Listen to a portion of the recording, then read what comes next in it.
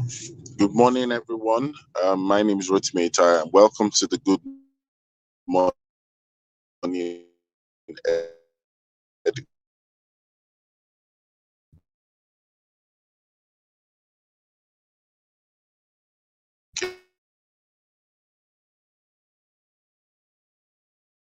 Education Show. Dr. Motola, can you hear me? Yeah, good morning. It was breaking, but I can now. I can hear you now. All right. And so we are streaming from Lagos, Nigeria to West Africa to Africa and the entire world. It's always a great pleasure to host people on the Good Morning Education Show. We always stream the show Mondays to Fridays, 8 a.m. to 9 a.m., Saturday, 9 a.m. to 10 a.m., and on Sunday, 5 p.m. to 6 p.m. And we know that our tribe members are always excited to be a part of the show. Shout out to all our tribe members. And if today's your first time of joining us, please do let us know your name, tell us your location, and then, of course, we'll recognize you and give you a bell of blessing. And then also, if you happen to have questions regarding the conversation on the show, please do not hesitate to ask your questions. As you ask questions, our analysts are ever ready and eager to provide answers from their view, from their expertise, from their exposure, and also their experiences. And also, we love it when we have contributions from the other side, where we have our, our tribe members, we have visitors who are on the show. They're bold enough to ask their questions, thinking about what we're talking about, and also sharing their 1 or 2 cents. And that's what makes the show a wonderful one. We are bold to say that this is the favorite education show on the face of the planet. And of course, Dr. Motola will be steering the ship, especially with the headline reviews, before we get into the subject matter of today. So, Dr. Omotola, over to you as we take the headlines. Thank you. So for our first headline, it says ASU urges governors not to play politics with state university. So in diving into this headline, the speaker, the Academic Staff Union of University ASU Calabar Zone, expressed disappointment at the way some governor established state university without backing same with necessary law, and they are warning that this may affect the autonomy of the institution. And so, according to the chairman, Dr. Brown, he said that most state universities uh, are, are meant to be competitive, but that the governor should stop playing politics with their establishment and should do such in line with the laid down laws as recorded in the University Miscellaneous Provision Amendment of Act of 2021. So, according to him, he said that it's very worrisome that only 7 state-owned universities have their own law in conformity with the University Miscellaneous Provision Amendment Act of 2021, while 26 are partially complete, like in complete, in compliance with these rules. And so, I guess, what are your thoughts, Mr. Rotimi? Well, I think that you cannot remove politics from any organization. It's what ASU, either at local or unit level or even at the national level, needs to pursue strategic agenda. It feels like the association is always speaking and expressing themselves from a reactive point as opposed to a proactive point. An organization that has such database, such influence, such control, I honestly believe should be more strategic. Well, but sometimes these things are a function of what your aim or your visions are. Your vision is, if something is not driving you in a particular dimension or direction, I think that you might not necessarily see quality of pursuit. You know, so that's what I think.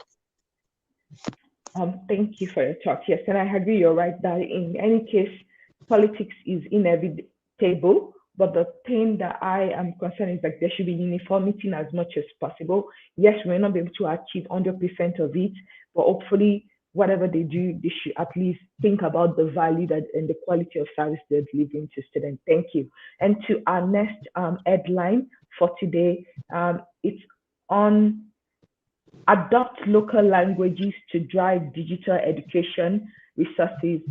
Stakeholders urge educators. So, according to this headline, some stakeholders are urging that, especially with this 21st century, that indigenous languages should be an like a normal staple that comes with digital education, and that it's time to initiate public-private partnerships to boost availability of these resources to students in Nigeria. And so, this was the focus of discussion from an initiation of Mastercard Foundation in partnership with CC Hub Limited. And the goal was, the topic of discussion was access to digital resources. And so, the speaker believed that lack of digital skills and access to digital resources are the major challenge facing digital learning in the me. Hello? Do you agree that Do I have what? I said, do you agree that lack of access to digital resources is what is facing education and digital learning in Nigeria? Well, it's sometimes easy to, yeah, it's easy to name or blame some things that are obviously evident that there's a gap or there's a difference. I think that I think that one of the things that people need to recognize is that when we speak about the major problems of education, it's not only what we see that we will qualify as problems. Are you following? We need to equally look at it from the angle that, so before we started getting to, even before we caught up with the so-called emergence of digital or the digital space or the advancement of the digital space, some of our problems are almost as old as time, as old as the nation's independence itself. So if we adopt local language, right, or local languages for driving digital resources, we will get some traction. But please understand, adoption of language starts from policy. But what is the practice of that? You understand? Because if you are going to adopt languages, are the subjects going to also be written? Are you following me? Hello? Yes, I am. Yes, I am. Yes. Will the subjects be written? The exams, will they be written in languages? Absolutely. Those are We big still have people questions. that say something is called vernacular. Are you getting what I'm trying to say? Yes, yes, yes. Yeah, and I agree with you. Yes, I think like you said, it starts with policy, and it's true. Is it even sustainable? Because most of the time, yes, it's easier said than done. And especially if you're not in the thick of things, I'm like, how many people even know this indigenous language? That's another question in the first place. And what does that look like teachers to actually make it more evenly distributed across? And then also, what are indigenous language? Because we can define it in so many ways. Is it the typical like major tribes across Nigeria? Is that what we're using to use as indigenous language, or is it more like obscure tribe languages that most people are not aware of? So it has a lot of more questions than answer for sure in a way. But thank you for your comment. And then on to our next headline. It says NGO lack of moral education responsible for the decadency in societal value. So according to the founder of MOVE, which is Moral Values and Ethics Support Foundation, Pat OJ, he said the lack of moral education is responsible for the moral decadency in society value plaguing the country, and encourage that teachers and parents should please work with and provide better training to the children in order to foster future moral decency in our society. And she also appealed to the government at all levels as well as teachers and parents to be vigilant and be dedicated to the moral upbringing of pupils in school for better tomorrow. So before I even ask you for your own comment, for me, I think that yes, I agree, but I don't agree totally with this. I think that we cannot blame and put the responsibility on just parents and teachers and the government that own. Because the truth is, most of the time, it's not do what I say. Most people do what you do, not what you say. So people keep saying that yes, you should be upright, you should do this, you should value integrity, you should not steal, you should not lie. But if the example they're seeing from our leadership, from everyone around them is opposite of that, then they are going to do what they see, not what you say they should do. And so in my own, I think it goes beyond just saying that whole try to bring them up, use your words to bring them up morally. There has to be a view like willingness to lead by example, to actually practice what they say they want to see the youth do or the children do. But what are your thoughts, Mr. Itai?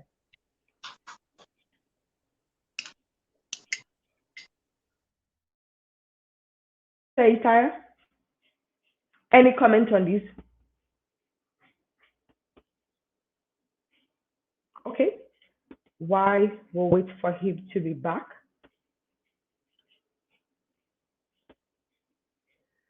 Mr. Itai, are you there? Hello? I'm here. Can you hear So me? yes, I can hear you now. So I said, what are your thoughts on this headline? There are no thoughts. I just think we should move on another topic. Okay, perfect. So our next headline states that, one second, wait. Okay, President Buhari, okay, President Buhari approves appointment of new head of education agency. Any thought on this? I think this was it not yesterday that this was done or something like that? Well, a lot of people have different views, especially with a cabinet reshuffle, because there are certain areas that have been in the news that equally should come on that radar, and people feel that it's almost like doing the right thing for the wrong reasons, or just trying to play to the gallery for the optics. So people have the opinion that the Minister of Labour should also be out of place. The Minister of Health should be out of place. But like we are talking about education in particular, I think that because of the previous experiences of people, the antecedent, we find that a lot of people would prefer. Can you hear me? Yes, I can hear you. It has echoes, but I can hear you. Yeah. I Can you hear me now? Yes, I can. Yes, a lot of people would prefer a situation, a scenario, and an experience that equally shows much more than the person. You see, what I mean is when we personify things, we all already know that it's not something that everybody's excited about any longer, because if I change the head of a particular agency and I don't communicate the plans I want that head to change or to run with, if it's silent, if it's just dependent on systemic exercise, you find out that it might just be, okay, well, congratulations, you picked a very nice person. But you see, we know some sectors require like a collective message. Then you now bring a point man or a point woman or a head. Then people understand, oh, this is why this individual has been selected. Not that the person comes with his own passion, it comes with his own ideology. Education as it were today is we need a rescue for the kind of education that we have. And so we need more of us communicating the vision of education for Nigeria and in Nigeria, as opposed to naming of the overall boss of the ministry in charge of education. Like I normally tell people, it is successful people that create successful organization. Do you get what I'm trying to say? However, these successful people must also be in alignment with a demanding vision, a desirous vision, something that places demand on the people. If we just come in as just positional heads, nothing is driving us. But if somebody is coming in under the heels that look, we already said several times, and different people have said that declare state of emergency in education. Education is emergency, blah, blah, blah, blah, blah. How long does emergency situation last? What's the disposition for such scenario? What's the kind of messaging? Who should be talking? What kind of conversation should we be having? What kind of headlines should we be reading? These are the things that tell us if we're ready to get the work done. The challenges are high, and trust me, it's also challenging for the government. However, we also must not deny the fact that visionary leadership comes because of a vision. And that's what will lead to extraordinary or better still exceptional performance. That's my thought on all these appointments as well.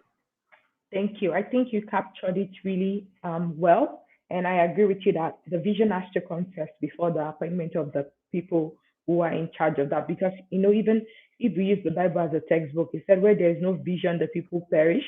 And so I think we've seen that in the education system because it's so lacking in vision and the mission and the purpose. And because of that, we are seeing a lot of decays instead of a lot of growth and possibilities in it. So thank you.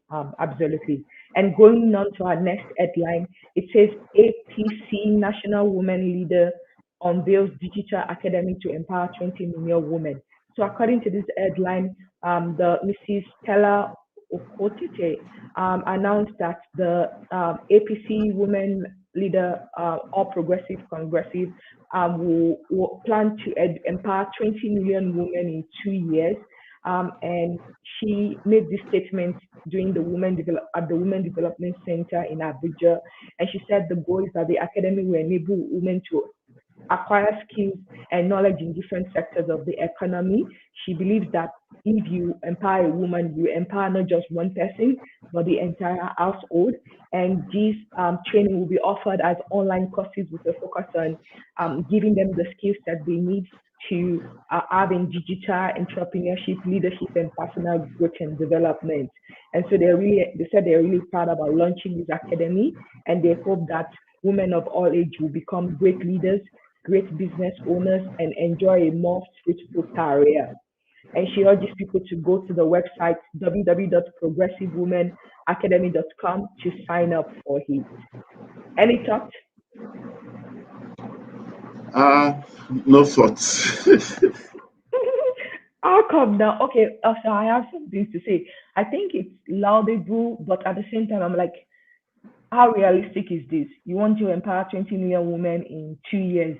What is the modality? What is the framework beyond just giving them? Because anybody can offer an online course. But the question is, how impactful is this supposed to be? Have they done a pilot? What was the result of that pilot? How did their life improve? How did their life change? Because it should not just be aspire to inspire. I think we've really gone beyond that. And it's more about, yes, if you even give them the skills, how are you going to do something beyond just the skill set? What if they need the money to help with starting a business, with growing their business? Is there any plan to provide those kind of support? Is there a plan for mentorship beyond just because everybody can buy online course, but I bet it's 9% of people that buy online course don't finish it. So it's not enough to say that 1 million people sign up. Just because 1 million people sign up doesn't mean that 1 million people will complete it. But I think it's laudable, it's ambitious, and I hope that hopefully they have the right metrics that they are measuring in terms of the real impact and not just the number of sign up for this particular program. So that will be my 2 cents on that. Okay. If you have no thoughts, I'll move on to the next headline, which says that, one second, Oyo State released school calendar for 2021-2022 academic session. It seems as if this is now a trend that every state is now releasing their school calendar. And according to this headline, they are urging all schools, especially public schools, to definitely stick to this schedule and to ensure that they start the academic year the same day that resumption resume, and that it should not change uh, unless they were otherwise told by the federal or state government about it. Any thoughts about this? Well, I don't think it's a copycat kind of thing. It's just because what it's been picked up by headline. It's what's happening. We are going back to school season. We're getting back to school season. So, of course, everyone wants a uniform calendar. Um, and I think that that uniformity has always been an issue that the State Ministry of Education across different states have been trying to enforce. Because honestly, there are sometimes that you have a lot of mix up and it sometimes affects a lot of things. So, yes, it's expected for the state to release its calendar, also to state that people should be in alignment, you with the calendar. But well, congratulations to your state. Hopefully, we wish them a safe and a functional back to school season. Thank you. I think that was a good way to end today. I now have welcome, Well, Fee. Great to have you on the show. Any thoughts before we move from this segment? Good morning, everybody. Good Good morning, morning. Nigeria. Good morning to our tribe. And yeah, it's good to be on the show. Thank you. You say, you wanted to say something? no, no, no, nothing. Okay. So our topic for today is you are not. Wait, sorry. The topic You for today. alone are not enough. You alone are not enough. Yes, thank you. I wanted to say you are not So alone, that's why but Femi you joined alone. us. Yeah. She saw that So us alone. We're yeah, not we're enough. not enough, absolutely. So, Insider, would you like to get us started by giving us a brief overview, and then we'll dive into the topic. All right, thank you very much, Dr. Motola. I think that there will come a time, or there will come a point in time where sometimes we'll realize that our ambitions are actually dependent. How do I put it now? They are variables that are dependent on a lot of factors. The things that we want to achieve in life, most times, especially if they are great in nature, will require some input or support of an external source. I am one who believes that if you really want to achieve major things, you have to think we centric. You have to be we centric. You can't stay as I. We must drive towards the culture of we. That's what the topic is talking about. That you alone, you are not enough. There are times that you look at some advocacy work and you just realize that if there are no numbers to it, it will not gather the kind of effect you're looking for. I've seen people sign petitions online. I find out that the petition requires a lot of signatures for it to carry weight. I've heard things like, people want to do something that has not been done in their industry before, but they are not factoring the input of others. They are not factoring the input of, and we must recognize that every organization, every educator, every individual must be mindful of what we call SWOT analysis. As great as you are as an individual, you have strength, you also have weaknesses. There are opportunities available to you, but it's not just you, there are also opportunities available to others. Some people are gatekeepers to our door of destiny. And we need to also understand that we need such people to open the door if at all we want to access what's beneath or behind the door. So that's really why we need to get people to understand that, hey, it's time, especially in the kind of times we live in. We need to get back to a state of we consciousness. A we centric culture lightens the burden of doing stuff, of activating stuff, of initiating stuff. Even when it comes to impact-based projects, you need to do stuffs like that. So I think that that's for me what topic is speaking to, that we were not built as an island, and just myself alone, I'm not enough. Absolutely. Thank you for that introduction. And in thinking about that, one of the things that it brought up for me was like looking about my life journey, especially in academics. Like I definitely knew that I could not have done it by myself. So, for instance, I left Nigeria when I was 18. Did not know anybody in the world. Nobody in my family has ever traveled outside of the country, or and I really wanted to come and study anywhere for my course of study. And realizing that it took a village. It took, there's that quote that says it takes a village to raise a child. I think it's the same thing for it, even beyond children, for our dreams, for our goals, for our vision of the future, especially if we want to make lasting impact. It takes more than just us alone to make it happen. And so when I look at my educational journey, I can pinpoint so many people who were instrumental to helping me make it happen and make it where I am. So I guess my question would be, either you or Finn can start with like, who were some core people who were instrumental to your growth and development? If you like as far as long as you can remember. For me, the foundation support for me getting to where I am today is my parents. Both my parents have been very supportive in ensuring that I get that I achieve my dreams. One very candid example that comes to my mind, and that every time I remember, I just chuckle, is, well, there are two, but the particular one citing now, there was a time, I'm a very artistic person. So there was a time I wanted to get into an art competition. It was an international art competition. And I remember my dad driving me around to get all the supplies I needed. When they eventually said the competition was to be presented in soft copies, a virtual mode, I remember him taking me from one cyber cafe to another, trying to get someone to help me interpret what I had drawn on paper, making a graphic and putting it in the format that was needed for that particular um, competition. And I know that at every point, yeah, at times when I made cards and all of that, my mom would push it and sell it. When I make beads and make all of that, she tells people, "Oh, it was my daughter that did this." So when it comes my to the confidence that I have in I can achieve whatever I set my mind to, especially in academics, my parents come first. My siblings have also been of a tremendous support.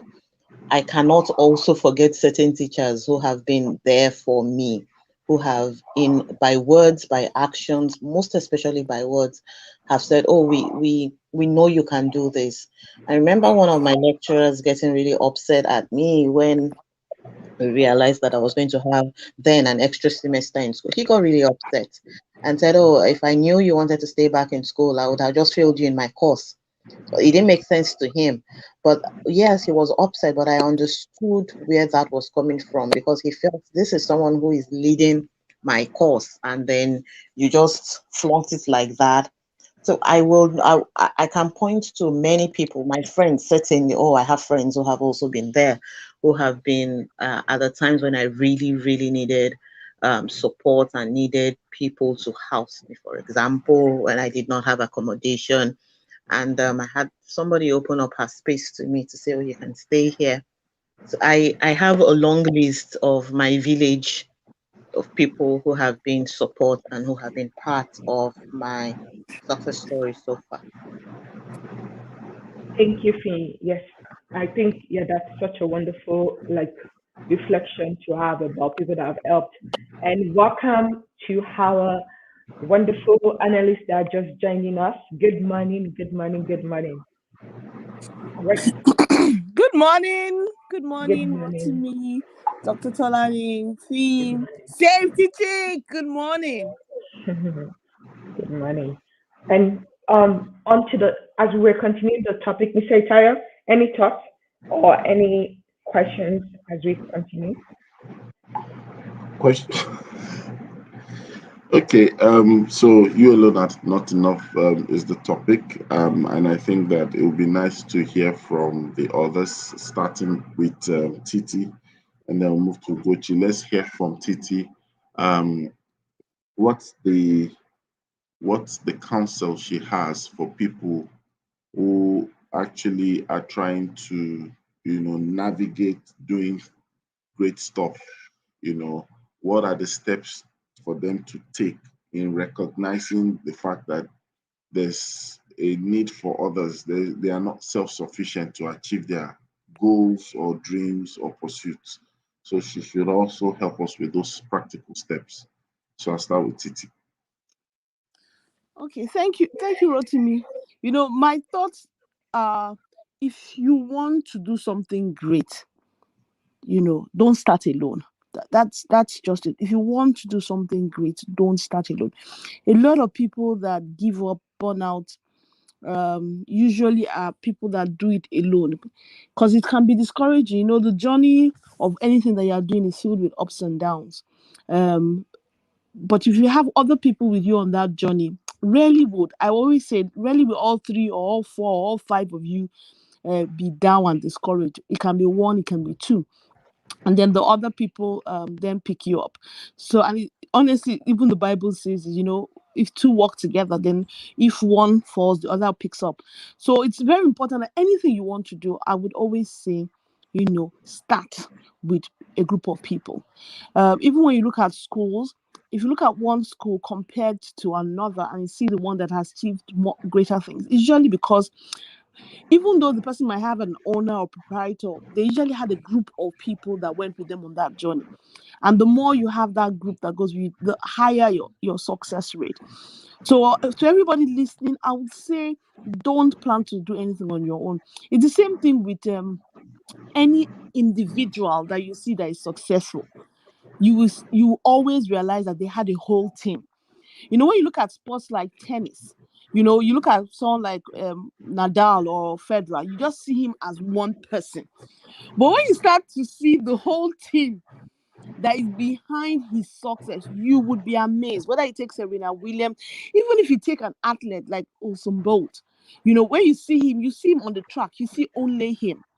But the truth is that he has a whole team supporting him. Someone that is working on his nutrition, someone that is working on his cardio, someone that is working, just a whole team of people working with him. And so it's important that we realize any business that take Alibaba, Jack Ma. People only know Jack Ma, but he never started that thing alone. He had a group of people. Facebook, same thing. People know Mark Zuckerberg, but Mark Zuckerberg did not start it alone. Microsoft, people know Bill Gates, but Bill Gates did not start it alone. Google, people only know the main person. Twitter, people only know the main person. But all these people had usually 2-3 co-founders with them that helped to build these things. The other thing about building is that you all play to your different strengths. So some people are good with the front end, some people are good with the back end. Some people are just good with encouraging. So I would say that don't do anything alone. If you're a teacher out there, be part of a network, a support group. If you're a parent, be part of a support. If you want to do anything, you want to send your child to a good school, be part of a network, a support, where you can meet other like-minded parents that tell you things. You don't have to do all the research alone. If someone has already done the research, why not leverage on them? Anything you want to do, you want to be an author, you want to write a book, don't do it alone. Go and find out, a community of people that have written books. Go and find someone else that has written, editor, just a group of people. So for anyone listening, the first thing I'll say that whatever it is that you want to do, as we start the new academic year, ask yourself, where can I tap into a group of people, a supporting network that will help me to be? You want to do into public speaking, why not go and join Toastmasters, nearest Toastmasters to you. Don't start alone. And the beautiful thing about the internet now is that even this journey of not starting alone doesn't necessarily have to be, it has to be a physical one. There are so many communities virtually that you can join. Like you've been on the Good Morning Education show, so it's also being part of a tribe, being part of a community. Anything you want to do, don't do it alone. Connect to a group, connect to a community. Thank you. Thank you so much for that, and let me welcome Ifiok once again, and also bring the question to Ugochi. Sometimes there's this conflict in people, and I've heard some people whisper it directly and indirectly. So where does that come with the power of self-belief? Listening to Titi, listening to everyone, like sometimes you're having an inner conflict. You know that probably even you feel you're called to a particular kind of practice. So why would you be seeking validation? Why? I don't need validation. I have a belief in myself. I have a belief in my capacity, in the God deposited giftings that I have. What's your response to that, Ugochi? Good morning, Mr. Utime. Good morning, Mrs. Adeusi, Dr. Motola, and Ifiok. As Mr. Adeusi was speaking, what just kept coming to my mind is it takes a village, it takes a village, it takes a village. And that's just the truth. Just to buttress on what she has just said. Even if you have an amazing self-concept, you know that you are fantastic, you can do amazing work all by yourself. What that means is when you now get into the right community, you work with the right set of people, you 10x. And that's just it. So if you think you're doing fantastic by yourself, just leverage the right mentors, the right communities, the right friendships, the right partners, the right collaborators. You would accomplish in years, in a year, what people take years to achieve, because you are placed in the right setting. There is nothing like being in the right space, the right community, that it just amplifies what you already have. And so I'll just encourage everyone, if you think you are fantastic, then that means you are leaving money on the table. Because if you are this fantastic by yourself, imagine how fantastic you would be when other people are pouring into you. Because it just shortens your learning curve, it shortens the work, it just makes things happen faster, you can reach more people. So you are doing good by yourself, you are reaching 1,000. That means if you are strategizing with the right mentors, coaches, the right communities, the right support, the right professional networks, you are taking part in the right trainings, you're meeting the right people, you would reach maybe even 100,000. And so what stops you from shooting for the moon if you can get it? Why would you just settle for being a local champion, in quotes? so I'll just say that even if you are fantastic, you have your amazing self-worth, it's good, because the truth is, for you to do amazing stuff, that inner work has to be done. So you have done the major work of being that asset. Now you have to layer support from other people in order to, 10x what you already have. Back to you, sir. All right. Thank you, Safety Chief, for that submission. And while you were speaking, Mr. Olushola Olumide joined us as well. Good morning, sir. How are you today? I'm doing great. Good morning. Good morning to everyone in the house. Great submission there. Thank you. All right. So we want to listen to the last born, Dr. Ifiok Ikeagu of the UAE. I want to ask, what do you see in the coming future, especially within the education landscape? What do you see? Good morning, everyone, and thank you for welcoming me. Good morning, Titi. Good morning, Safety Chick. Good morning, Olushola. I hope I got that right. Yeah. Well, okay, and I cannot remember your name again. Forgive me. Dr. Motala, I got it. Okay, and Mr. Utime. Okay, for the future, what I'm gonna say is that everyone has strengths, okay, and I think honestly, with the pandemic, a lot of teachers out there and educators are beginning to be more aware of what their strengths are and how they can tap into these strengths to improve the education sector. So honestly, I'll say that everyone out there should, or teachers out there and educationists out there should look out for those aspects of their strengths, that they can leverage on to be able to advance. Now, everyone has a strength, everyone has a weakness. So being able to identify what your strength is and then what your weakness is, or see where you can make up for the areas where you're lacking. I think that's one thing that, we should all be looking forward to doing. Thank you so much. All right, so let's bring on Olusola Olumide. So we're talking about you alone are not enough. I'd like you to speak to the subject matter, especially when people are now asking, so does this mean that you are advocating or endorsing consistent or continuous partnership? Is there a timeline to explore? Why, what if people mess up? What if people are not consistent? You know, a lot of times people express the fear of, what if I get abandoned midway? You know, so people don't want to start something and they feel that they've been ghosted on. Let's hear your thoughts, Olusola. Hello, thank you, Project Director. I think there will not be any time in life that will not need the assistance of others, or else that will be self-illusion. No one is a lone ranger. In fact, God has not even created us to be a loner. We need other people. And like the concept of synergy, 2 + 2 = 5. And if you look at the word team, together each achieve more. We need other people, no matter how or who we are in life.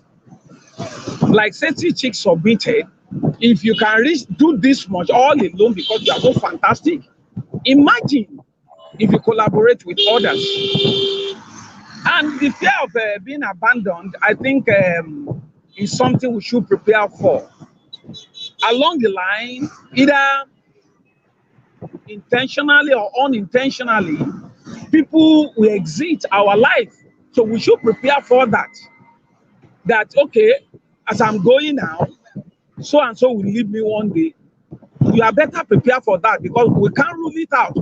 For whatever reason, our values may no longer align, our focus may no longer align. However, while we're together, have I been able to achieve something? If yes, I can leverage on that. And of course, having one person to your right hand does not mean the end. You can also have somebody to your left hand. You can have somebody to your back. You can have somebody to... All of them will not exist at the same time. I see disappointment as part of life. So I prepare for it. So I am hardly disappointed that I am being disappointed by people because I have factored that into the equation right from the word go. But I will strive from my end that I'm not going to sabotage you. Yes, if I'm not going to be with you, I'm not going to be with you. If I'm going to be with you, then you are sure of 100% loyalty because I will have weighed my options carefully, critically, before I decide to enter the same boat with you. There are parameters and checklists I will have ticked, and I say, okay, I can go with this person. So, fine, midway in the sea of life, oh, great. Maybe while you are learning, also learn how to use the compass or the GPS to navigate. Don't just allow the people who come into your life to be doing the thing while you stay at the back, not asking them, how do I do this thing? Because they are a great support to you, you are enjoying their support, you become a loafer. Find out how are they doing it. Can you put me through? How did you achieve this? How did you get that done? Can you put me through on this? So one day, if they decide to leave, you will not be stranded. So disappointment in spite of life, we should get set, prepare for it, whether professionally, our social life, in our relationship, people will exit somehow, somewhere. Okay, what if the person dies? We don't pray for bad thing, but we know that this is life and it's not a linear graph. So the unexpected will always happen in life, but our take is to prepare, expecting the unexpected to happen. Life comes out in phases. It's a prototype. It's not a linear graph. Life is a bend. There are curves, there are potholes, and at times there may be flat tires along the way. But whatever besides, whatever happens, ours is to be focused on the bigger picture. You're not going to ruin your career because somebody exits your life. My take is that before you know the person, why you not living your life?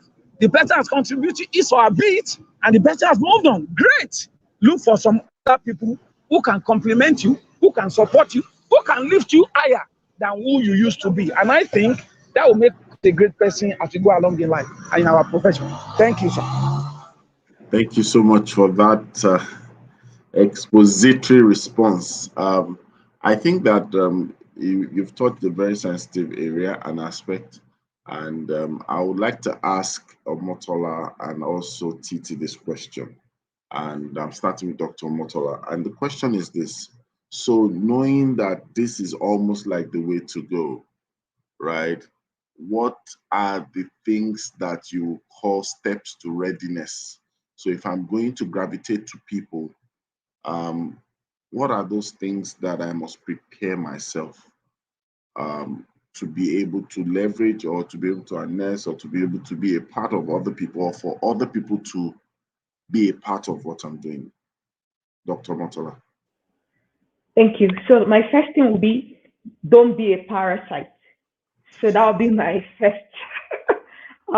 Like, go with the mindset of not being a parasite, because it's so easy to make things all about you and what you want to get from other people, and you don't consider what can you give back, how can you create a symbiotic relationship. You know, we learned that in biology, where the parasitic one is like, they want to take over, like they will say, oh, give me more, and then before you know it, they even destroy the person that is hosting them, or make them lesser than.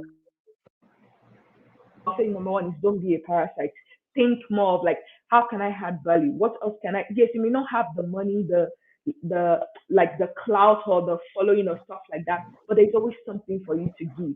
So the first question is, how can you sow back into the life of the people or the community that you are trying to use to help you leverage and do more and be more and create more and have more in that regard? And then I'll say the second thing for me would be that definitely have an open mind. A lot of us, sometimes we are so set in our ways. We think that because, oh, we have these dreams, these ideas, we're so emotionally attached to it, even if it's a bad idea, even if it's something that the people that have gone ahead of us that we're trying to seek their help know that, okay, this cannot work this way, we have to tweak it. But if we don't remove that emotional attachment, we will not be able to make progress, or be willing and be ready to let go of what you think is the great idea, because in the end, after it goes through the microscopic what do you call it, lens of the people that you're asking and taking direction from, it will change. The shape will be different than what you initially thought, and it will make it better. And then the last thing that I would say is that always give yourself time. I think a lot of us, sometimes we valued or the thing, the work and the time it will take to achieve the goal. We are like in this instant gratification generation that will think that, oh, this person, they launched this thing and they did this, and then so my own too must be the same. Yes, I am not saying that there is no power of like miraculous stuff, but at the end of the day, anything worth doing well, like, it takes time to build. Think about it like cooking rice, cooking jollof rice, all of those fancy food that you like. It takes time. They go through a process before they become those beautiful decorated food that you can now eat and enjoy. And so just give yourself time. Don't underestimate what it will take. And then don't just think that because you're part of the community or you now have this person, then everything will just magically fall into place. You still have work to do. And so have the work ethic to match the length or the width or the depth of the goal or the dream that you're trying to achieve. Thank you. All right. Thank you so much. Titi? I think Dr. Motola has said it all. I don't know if there's anything. Oh my goodness. The only thing I would add is saying look for people whose values align with yours. So in addition to what she said, because that would avoid or minimize, not avoid, because you can't avoid the friction. That will minimize the friction. That will minimize the challenges that might come out from relationship. Knowing that when two people come together, even siblings that have lived decades with each other, there's still friction, there's still falling out, not to talk of two complete strangers, even husband and wife. There are those challenges, but try and get people that your values align. That would be the last thing I will add. All right.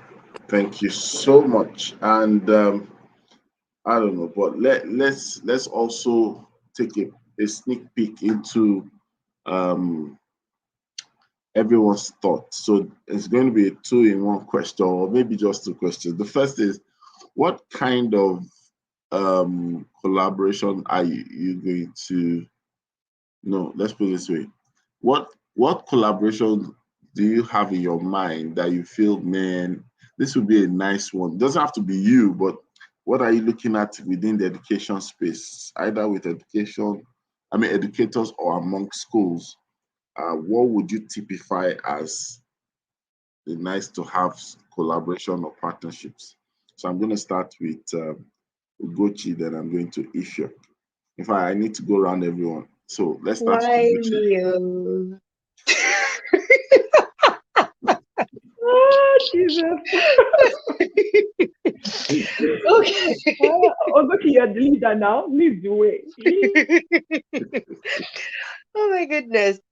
Okay, so the first thing that was coming to mind as you were speaking is an opportunity for schools to come together to do these science fairs and STEM fairs, because not every school has capacity to do it by themselves. But I think if schools are able to pull together resources, and resources could be in cash and in kind. Somebody can bring their hall, another person can bring some tools, another person can, maybe make sure they arrange everywhere, make it clean, because we know that different schools have different finance base, right?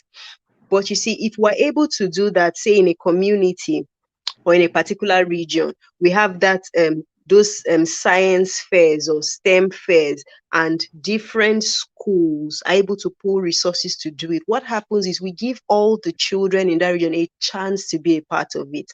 What we're currently experiencing now in the education space is there are some schools that can afford to do it, and they do it. And then there are some schools that do not have, and they don't even talk about it. Those maybe who have some upwardly mobile teachers, but who do not necessarily have the resources to run it by themselves, will talk about it with their students, but the student may never experience it throughout their stay in school. But just imagine that schools collaborated at that level. What this would mean is that both the A grade schools, the B schools, and the C schools, all the children in those schools would have the opportunity to experience something like that in that period of them being in school.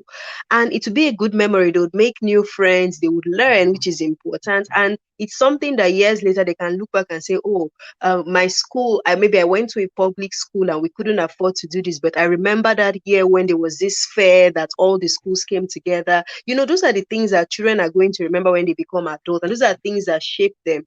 So I think that is just an example of how the education space can collaborate.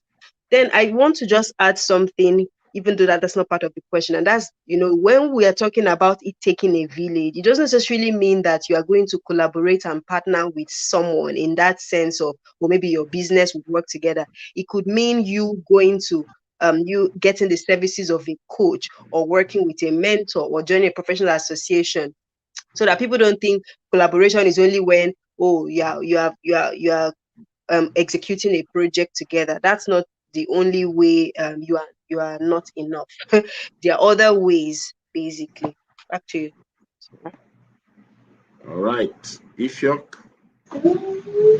Okay, so for me, one thing that comes to mind first is collaboration between schools and the community, okay, the community at large, to see ways that schools and the community can team up together to drive the values that they want to see in the community. So we're looking at, for example, let's take language, for example. How can schools work together with stakeholders, with community leaders to ensure that the culture is continuously being carried on, continuously being, transferred to the next generation? That's something that I very much, want to see. And I say this because, here we've been trying to get in touch with tutors or trying to get in touch with schools, to support my children's language development. So we speak different languages at home here. I speak mine to my children and my husband speaks his. And we're looking out for a school that could, bring that rich curriculum into, our lives here. Now, being able to take it to the next level and working together with the community is something that I really, really want to see. Now, another thing that comes to mind is in the aspect of teacher development and training. So having schools come together to plan or to evaluate their systems. So I'm looking at a case where another school can open up their organization, okay, to be, I'm trying, for lack of a better word, let me use the word vetted or assessed or evaluated at some point to see, okay, this is what we see.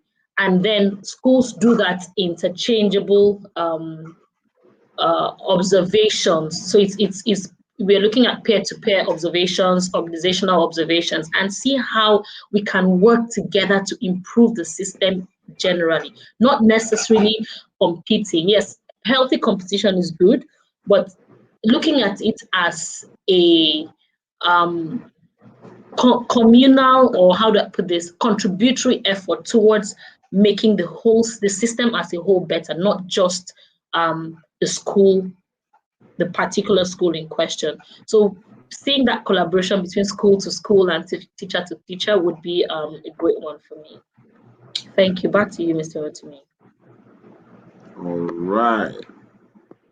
So we've come to like a close to draw the curtains now. I would like you just to give your parting shot. I'll take that if your client safety check have already done there. So we'll go to Olusola Olumide, we'll go to Dr. Motola, and we'll end with Titi. Parting shots, please. Well, good morning. Thank you. My own parting shot will be, when we need help, we should communicate the same. Seek out to those who can be of help to us. Being vulnerable is not altogether bad. As individual educator, look for people who are in your sphere, in your field, and who have gone steps ahead of you. Be humble enough to reach out to them and tell them what you really need to help. It's not going to take anything away from you. Even if that person cannot help you, the worst that can happen, that, oh, sorry, I'm busy, I won't be able to take you on now. That will be better than not taking any step, only for the person to be like a disaster going somewhere to happen professionally. So seek help, take help, and of course, if you're in a position to help others too to become better. Thank you.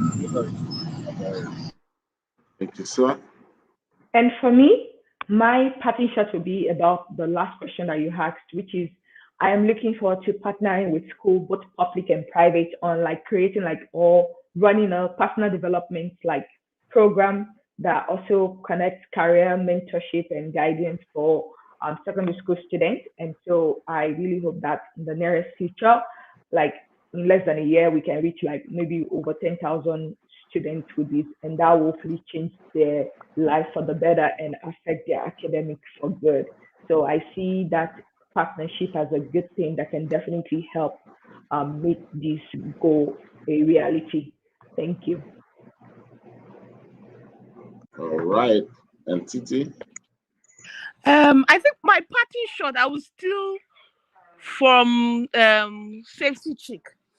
And my parting shot is that whatever it is that you've achieved alone, imagine 10x if you had gone it with other people. That's my parting shot. So if you've achieved so much alone, just imagine what you've left, the 10x that you've missed out of because you went it alone. Thank you. Thank you very much. And it's been an exciting one today. We had a great time together and it was fun, you know, catching up with those moments. We had Finyi come in at some point in time. You know, it's just a great one. Thank you to Dr. Motola Olusola Olumide Ifeok. Thank you, Ugochi. Thank you. And of course, Titi. Thank you. And to our tribe members, for those who joined us, Florence Ujaumi, thank you. We'd like to thank not just Florence, we also want to thank Waithera had to join on the other side. Thank you, Chukwebuka Collins, thank you for joining. And who else?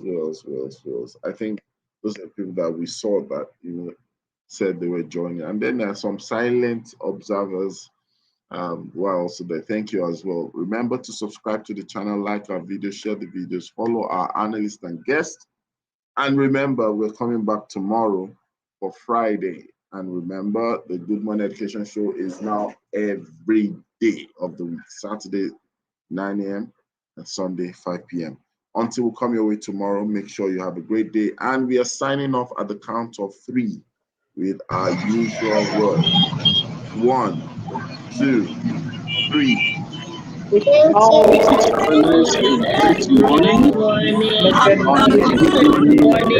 appreciation show. Yeah. Now you know Titi is back.